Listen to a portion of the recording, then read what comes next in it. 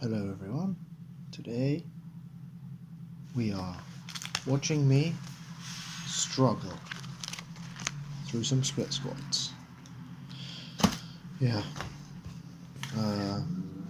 this is footage of my second lower body workout of the week. So this would be lower 2 from Dense basically. Start off with RKP, then do 3 sets tibialis, then do 3 sets of FHL, kind of soleus, knees over toes, calf raises, and then kill yourself with the ATG split squats. This was by far the heaviest weight and the hardest. It's only 2.5 more than I did last week, but fucking hell, it was hard. I knew as soon as I lifted the first set, as soon as I lifted the bar off the rack, I was like, this is going to be horrible. But I managed to do it. My form is pretty good for the first probably 7 or 8 sets. The last 2, I kind of rushed a little bit. But we got through it, and it was a testament to the kind of training that ATG is. It's not just fixing your knees, it's also fixing your head, or at least making you more mentally tough, because this was so difficult. And the hardest thing is you have to actually focus, because I kind of G'd myself up before the 9th set, I think.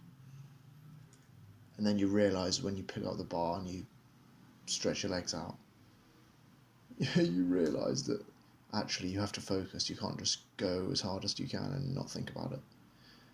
Whereas with something like a squat, I feel like you're more able to, or a deadlift, you're more able to just pull or push. The balance is not much of an issue. But yeah, I've sped this up 2 times speed just to fit it into 10 minutes, so you don't have to watch me for too long. Good workout though. You gotta love ATG. Fixing people's knees in half-hour workouts. Although this workout did not take half an hour, it took a little bit longer. Just because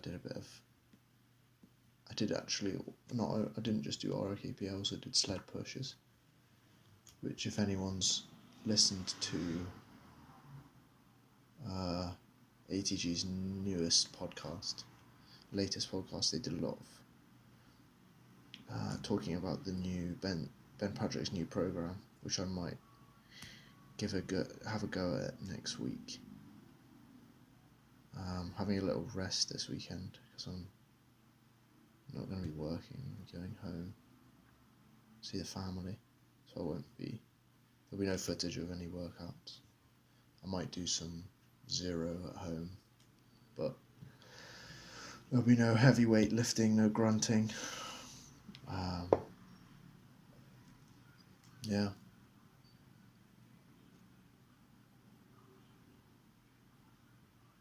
Look at that form.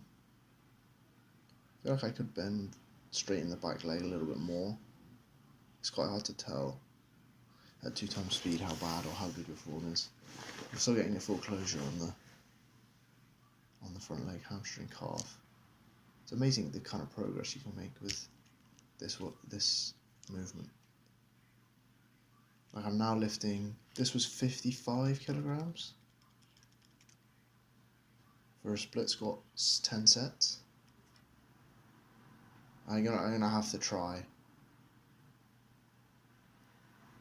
Ben's new workout and just see how much I can squat 10 sets of 10.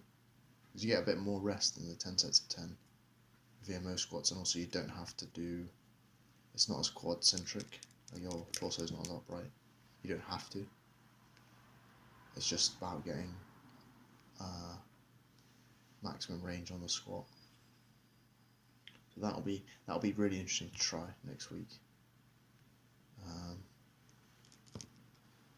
And then just the fact that it's really interesting that he's now ranting and raving about the sled pushes, where before, I haven't checked his programs recently, obviously they re-update. I'm not still subscribed to his online programs. They obviously update them a lot, and they change them. So this is probably Dense from a couple of months ago when I was subscribed. I will resubscribe, but to coaches at some point, when I can fathom spending £100 a month, which really isn't much, but it's the fact that I'll probably be doing it for a long time.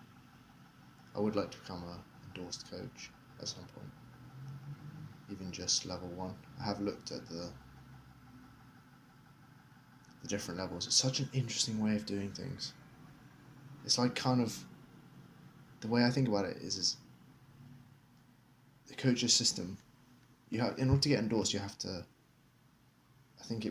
coach, you have to be able to do the level 1 movements, and you have to have coached one person to level 1, 2 people to level 2, etc., etc., etc., all the way up to level 8. And you can be level 1, or you can be level 8, or anywhere in between. But you have to be able to do it. It's really interesting. I really wonder. It would be really interesting to compare what it would be like compared to physios and stuff like that, because the idea is that ATG is making people, at the base it's fixing people's injuries, which is what physios do. But physios aren't required to be fit. They just need to know what they're doing. Whereas in ATG you have to live it, and also if you want to become an endorsed coach, you have to be participating in the programs. So they have extra programs that aren't on Ben's app or the ATG app. So I think he has 4 programs on his app. And if you subscribe $50 a month, then you get access to them all. But they don't have all the same ones if you went for coaches, and you have to do each of the programs. So you have to do 0 dense. I think it's 0 dense standards, and then it's like athletic potential or something like that, and then it's advanced zeros. There's you have to do it for, and each one has to be for 12 weeks, I think. And they literally said you can be doing this for 2 years, so it takes 2 years to do all the programs, and you have to keep updating yourself. That's part of the reason why I started this channel, is so I can document my progress. But at the moment it's just me what I'm doing myself, which is mostly ATG, with a few sort of extra stuff for myself that I added in. I will sign up to ATG for coaches.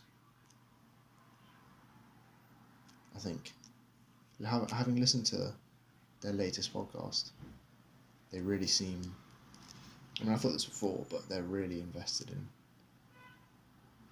making the best coaches and making those coaches as set up as possible, so financially set up as possible. And also, having looked at the ATG for coaches, there's only like 1 in the UK, and I'm obviously in the UK, so you'd be quite an exclusive person to come and see if that actually is representative of how many people are in the UK. But it would be an interesting journey to go on anyway. You just become the best coach you can be. But yeah, this is my split squat journey. Hopefully everyone enjoyed. Leave a comment. Cheers.